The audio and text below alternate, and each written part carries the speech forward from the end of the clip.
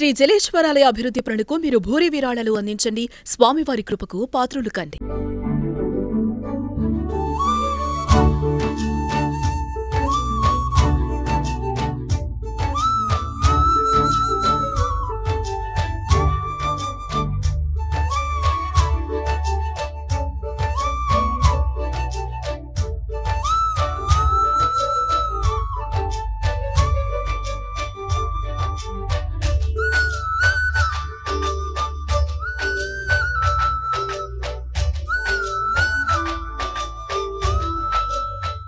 Welcome to Suman TV Warangal. మనం ఇప్పుడు హన్మకొండ ప్రాంతంలో ఒక ఆదర్శ ఉపాధ్యాయుని కలుసుకుందాం. జాతీయ ఉత్తమ ఉపాధ్యాయ అవార్డు గ్రహీత. అయితే చాలామంది జిల్లా స్థాయిలో కావచ్చు, రాష్ట్ర స్థాయిలో, జాతీయ స్థాయిలో లేదా అనేక కార్యక్రమాల్లో కూడా తమ వృత్తిపరమైన బాధ్యత నిర్వహిస్తారు. కానీ ఇక్కడ మనం కలుసుకుంటున్నది, మనం పరిచయం చేసుకోబోతుంది, మనం మాట్లాడాలనుకున్న వ్యక్తిని, వృత్తిగా కాకుండా ఒక బాధ్యతగా ఫీల్ అయ్యే వ్యక్తిని. ఆ బాధ్యతను ఎంత సమర్థవంతంగా, ఎందుకంటే ఆయన ఉంటున్న కాలనీ కూడా ఆదర్శ కాలనీ, దానికి పేరు పెట్టింది కూడా వారే. అటు వినియోగదారుల ఉద్యమంలో కావచ్చు, పర్యావరణ పరిరక్షణ ఉద్యమంలో కావచ్చు, తర్వాత తన కాలనీ పరిరక్షణ ఉద్యమంలో కావచ్చు, లయన్స్ క్లబ్ లాంటి అంతర్జాతీయ సేవా సంస్థల్లో కావచ్చు, వీటన్నిటికి తోడు ఉపాధ్యాయ సంఘంలో కీలకమైన పాత్ర కావచ్చు, ఉపాధ్యాయుడిగా వందలాది విద్యార్థులను తీర్చిదిద్దడం కావచ్చు, ఇవన్నీ కూడా ఒక గురుతర బాధ్యతగా, వృత్తిని ప్రేమించే వ్యక్తిగా ఆయనను మనం చూడవచ్చు. అలాంటి ఆదర్శ జాతీయ ఉత్తమ ఉపాధ్యాయ అవార్డు గ్రహీత పరికిపండ్ల వేణుగారు మనతో ఉన్నారు. వారిని పరిచయం చేసుకొని కొన్ని ముచ్చట్లు మాట్లాడుకుందాం. వేణుగారు నమస్కారం. ముందుగా అభినందనలు. నేను ఇంతకుముందే చెప్పినట్లుగా అసలు ఉపాధ్యాయ వృత్తిలోకి రావాల్సిన అవసరం కానీ ఆలోచన కానీ మీకు ఎందుకు కలిగింది? నమస్కారం సార్. మా నాన్నగారు కూడా ఉపాధ్యాయుడు కాబట్టి నేను చిన్నప్పటి నుంచి ఉపాధ్యాయ వృత్తికి ఉన్న ప్రాధాన్యతను నేను చూస్తూ పెరిగాను. కాబట్టి నేను కూడా ఉపాధ్యాయుడుగా సమాజానికి సేవలు అందించాలనే ఉద్దేశంతో నేను ఉపాధ్యాయ వృత్తికి రావడం జరిగింది సార్. తర్వాత అంటే ఎక్కడ బీజం పడింది? చాలామంది అనుకోవటం వేరు, ఆచరించడం వేరు. అంటే బీఎడ్ పూర్తి చేయడం కానీ దానిలో ఏ సాఫీగా లేకుండా ఎట్లా మార్గం నడిచింది? నేను డిగ్రీ అయిపోయిన తర్వాత నేను టీచర్ ట్రైనింగ్ చేశాను సార్. టీచర్ ట్రైనింగ్ చేసిన తర్వాత నాకు హాస్టల్ వార్డెన్ ఉద్యోగం వచ్చింది. దాంట్లో జాయిన్ అయ్యాను. కానీ మళ్ళీ డిఎస్సి పడ్డ తర్వాత డిఎస్సిలో ఎంట్రన్స్ రాసేసి నాకు ఉపాధ్యాయ వృత్తి అంటే సమాజంతో మనము మమేకమై పనిచేసే అవకాశం ఉంటుంది అనే కాన్సెప్ట్తో నేను మళ్ళీ డిఎస్సిలో రాసేసి మళ్ళీ ఉపాధ్యాయ వృత్తికి రావడం జరిగింది.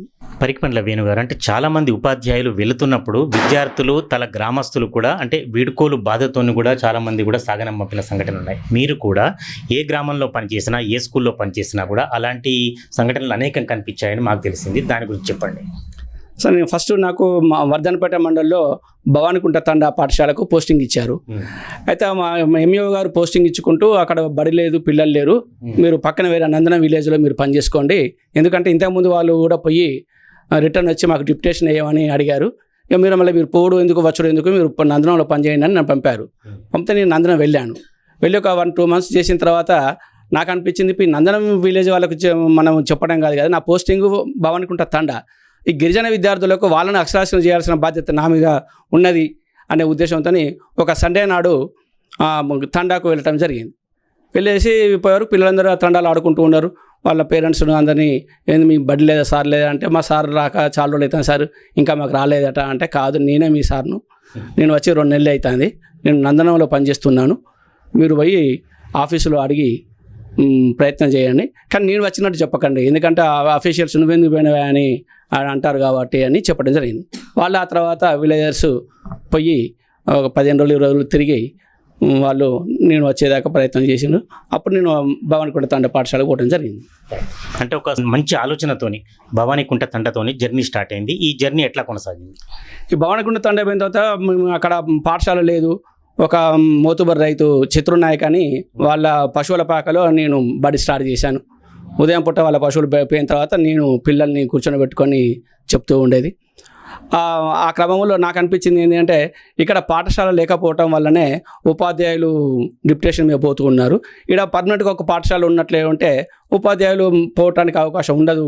కాబట్టి ఆ తండ వాళ్ళందరినీ కూర్చొని మీరు బడికి కట్టుకోవడానికి స్థలాన్ని ఇచ్చినట్లే అంటే ప్రభుత్వం మీకు పాఠశాల కట్టిస్తుంది అని చెప్పడం జరిగింది. అయితే ఎవరు ముందుకు రాలేదు. ఆ చిత్రునాయకు ఆయన దాదాపు 10-20 ఎకరాల మోతుబర్ రైతు. ఆయన అప్పుడప్పుడు నా దగ్గర వచ్చి కూర్చుంటే వాళ్ళ కుటుంబ విషయాలు అవి మాట్లాడేటప్పుడు ఏదన్నా కొంచెం గొడవ అయినప్పుడు సార్ ఇట్లా జరిగింది అంటే నేను ఆయన మోటివేట్ చేశాను.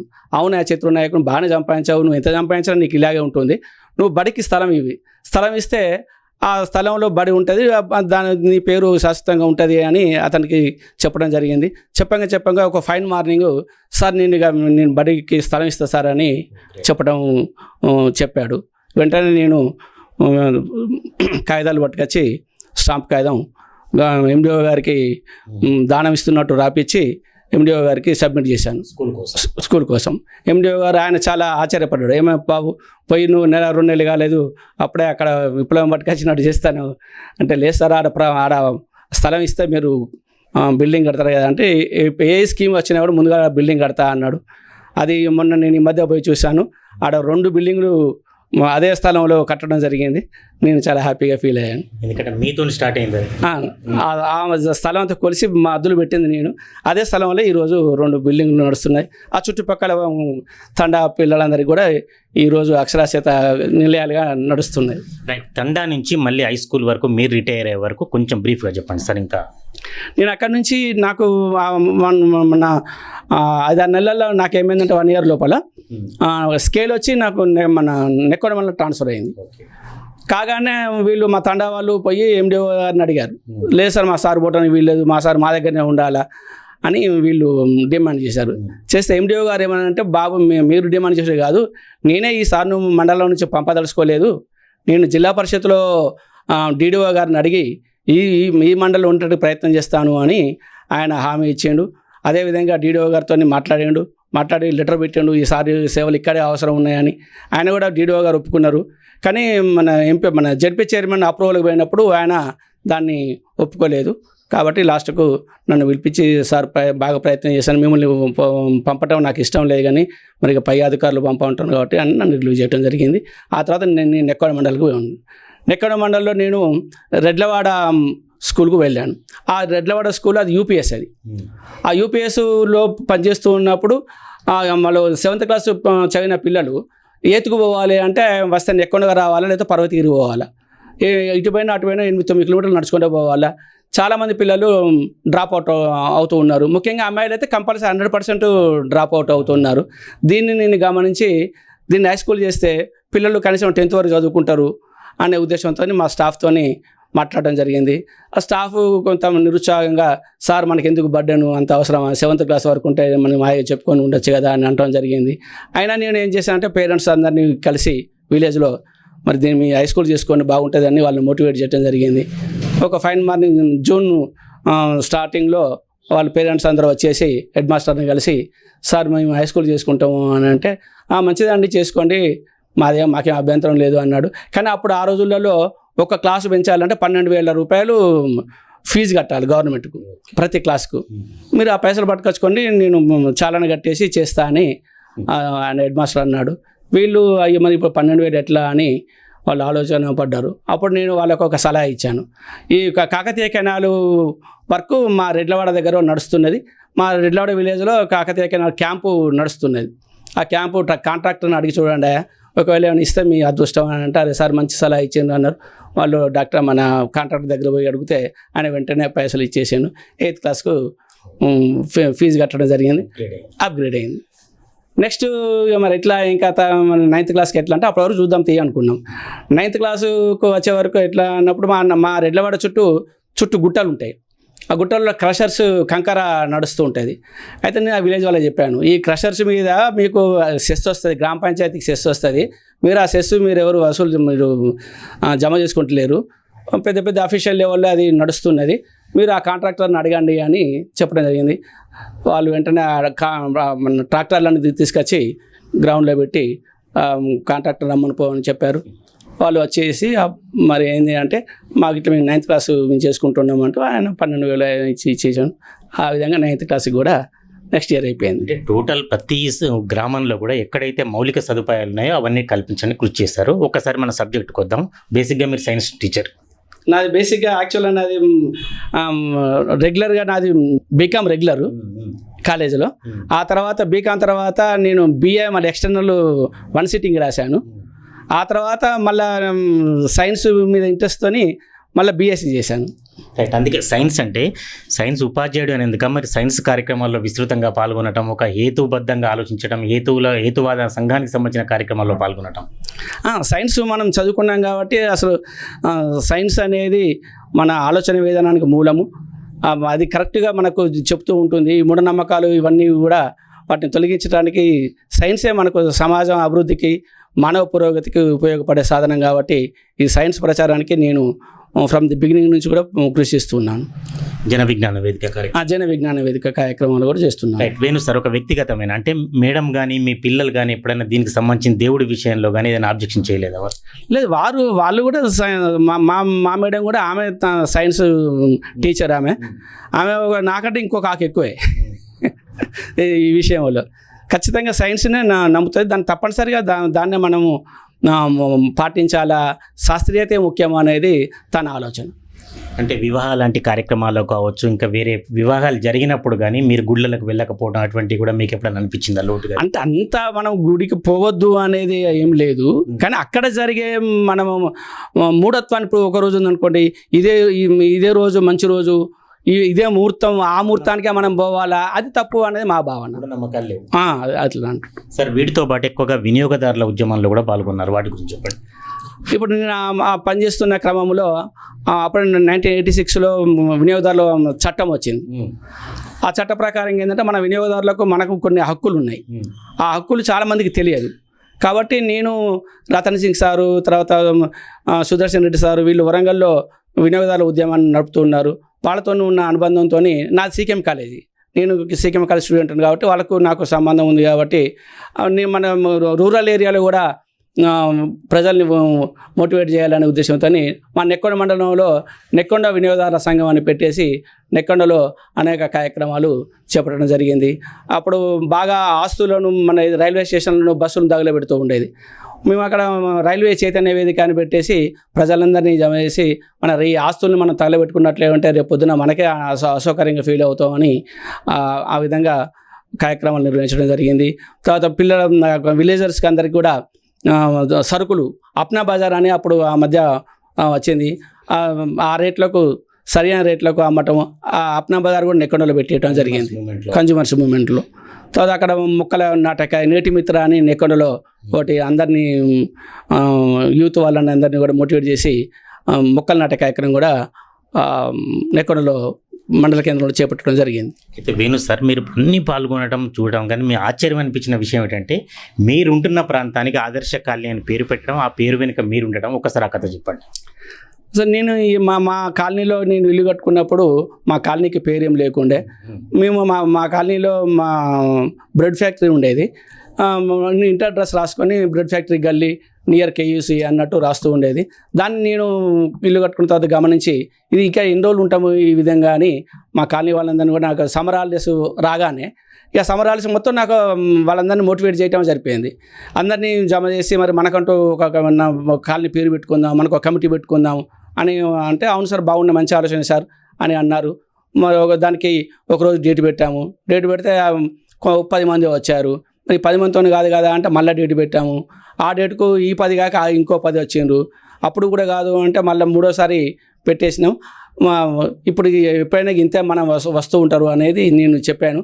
చెప్పి ఈ సమావేశంలో మన కాలనీకి పేరు పెట్టుకుందాము, మన మెజార్టీ ప్రకారంగా మనం దాన్ని పేరు డిసైడ్ చేద్దామంటే ఒక్కొక్కరు ఒక్కొక్క రకమైన పేర్లు చెప్పారు. హనుమాన్ నగర్ అని, వెంకటేశ్వర కాలనీ అని ఇట్లా చెప్తే నేను అన్నాను, ఈ హనుమాన్ నగర్లు, వెంకటేశ్వర కాలనీలు దేశమంతా చాలా ఉన్నాయి, మనకు ఒక ప్రత్యేకత అనేది ఉండాలి అంటే మరి ఎట్లా ఉండాలి నేను చెప్పాను, ఆదర్శ కాలనీ అని పెడదాం, ఇది బాగుంటుంది.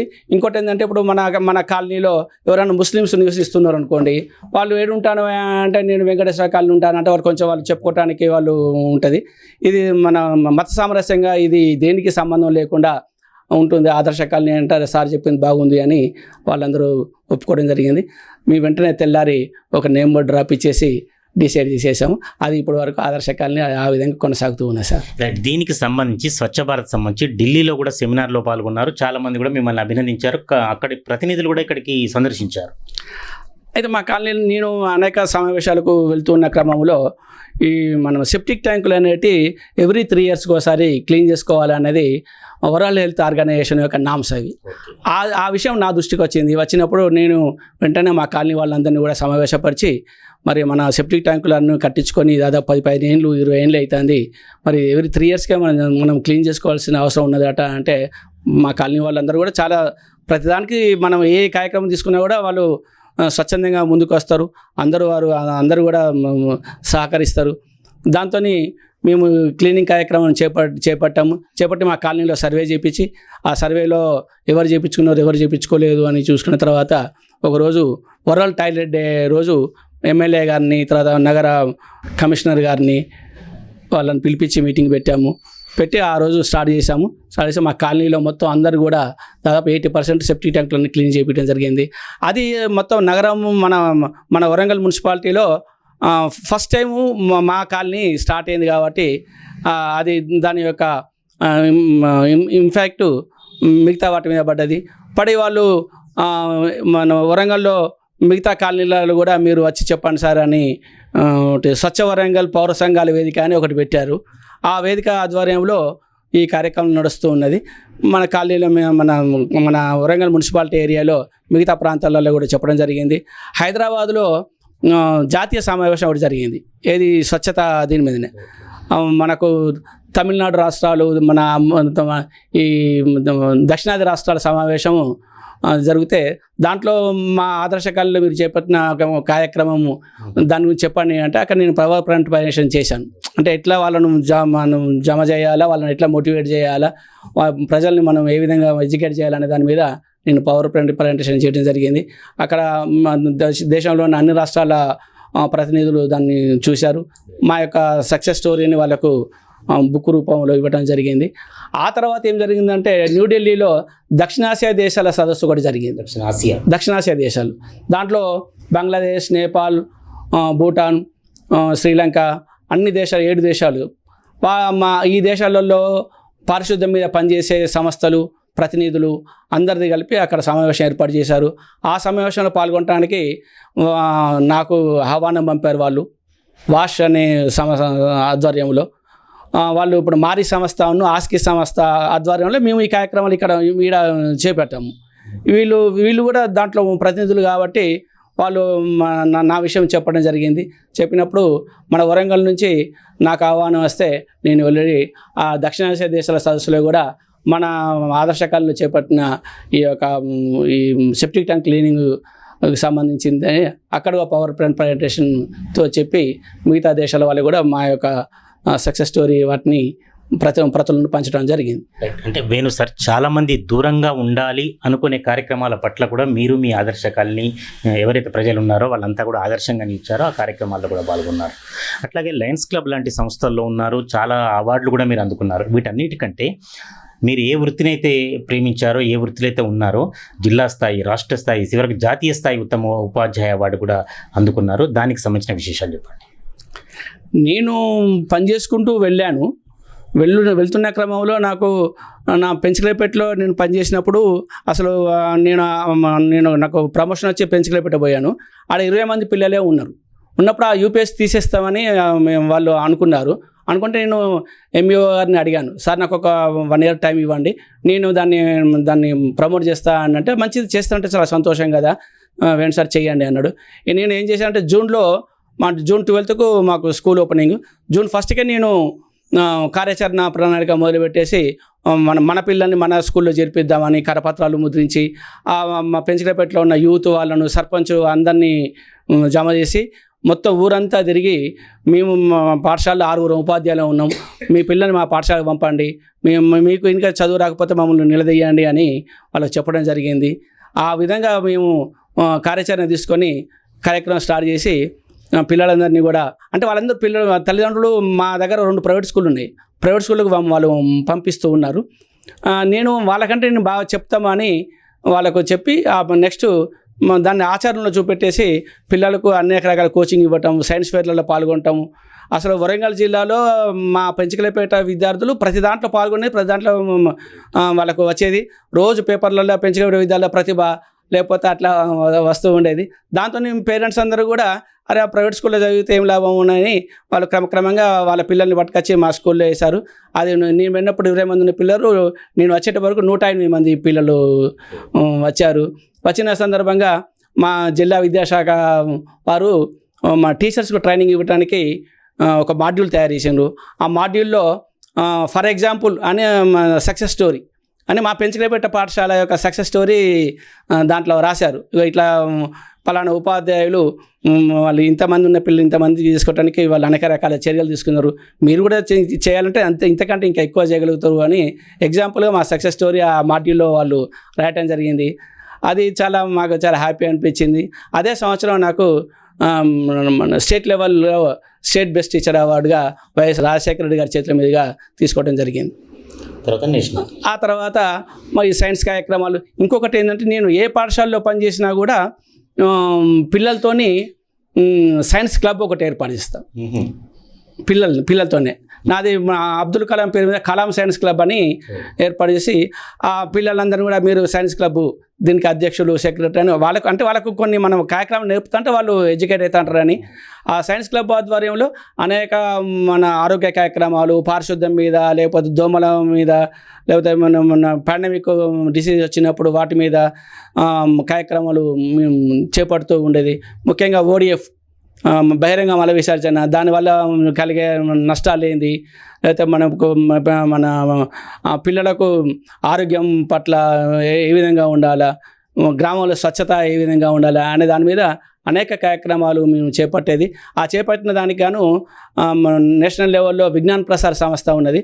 ఆ సంస్థ వాళ్ళు మా కలాం సైన్స్ క్లబ్కు సభ్యత్వం ఇచ్చింది మేము చేసే కార్యక్రమాలను చూసి. ఆ సభ్యత్వం ఇచ్చిన తర్వాత ఆ విజ్ఞాన్ ప్రసార్ వాళ్ళు ఈ సైన్స్ క్లబ్లకు ఎవ్రీ ఇయర్ నేషనల్ లెవెల్లో, ప్రాంతీయ స్థాయిలో సెమినార్లు అవి నిర్వహించేది. దాన్ని నిర్వహించినప్పుడు మా క్లబ్కు కూడా ఆహ్వానం వస్తే మా పిల్లలు పోయారు, నేను పోయాను.